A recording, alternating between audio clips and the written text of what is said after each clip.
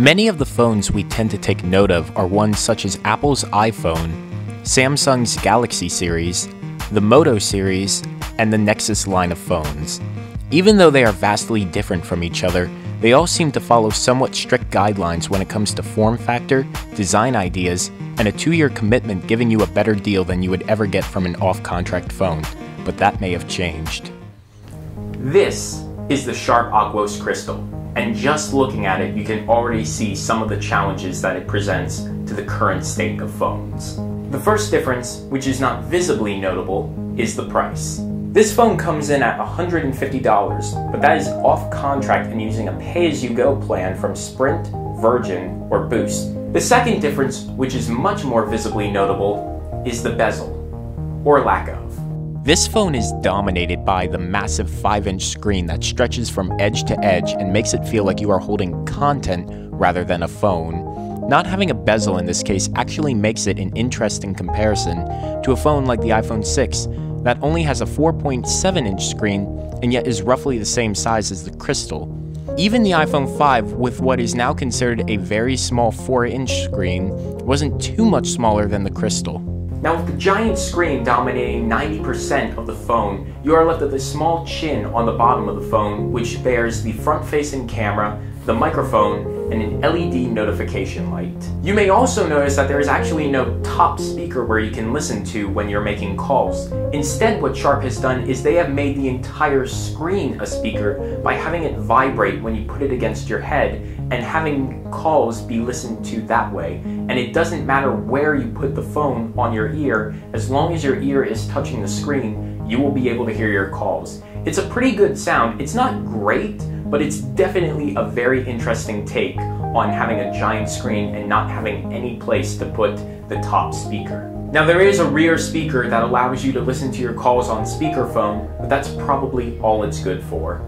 It is not ideal for watching movies or listening to music since, 1, it is just not that great of quality, and 2, a speaker facing the back is just never going to sound great. It would have been better if Sharp went the way of the iPhone and put the speakers right on the bottom. Speaking of audio, the Crystal comes with Harman Kardon audio, but there are 2 catches. You need headphones or Bluetooth speakers to work them, and although I am no audio expert, for the amount of improvement that you get from this feature, I would go ahead and put it in the same realm as having Beats audio. Under the dimple-covered back, you will find room for a SIM card, a microSD card, and a built-in battery that in my experience gets me about a full day of use on a single charge. The cameras both front and rear facing are good, but not great.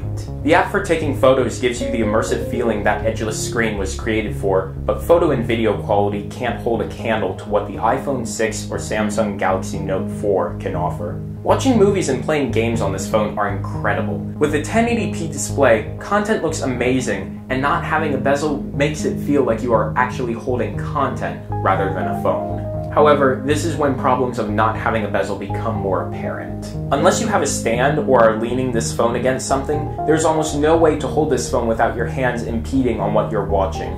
Gaming falls into the same category, but is even more critical, as when you are playing games, any part of your hand that hits the screen can be registered as an input. And then the software running on this phone is Android 4.4 KitKat. It isn't pure Android, but it looks rather close. It's relatively stable, and Sharp threw in a few features of its own.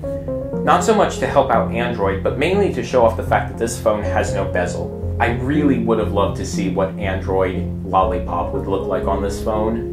Overall, I think what Sharp was trying to do with the Crystal is to show that there are still different ways of making phones that some of the big players haven't tried yet. With amazing hardware, a unique design, and an off-contract price that may make you even think twice before getting your next phone, it definitely challenges the traditional market of phones that we have seen this year.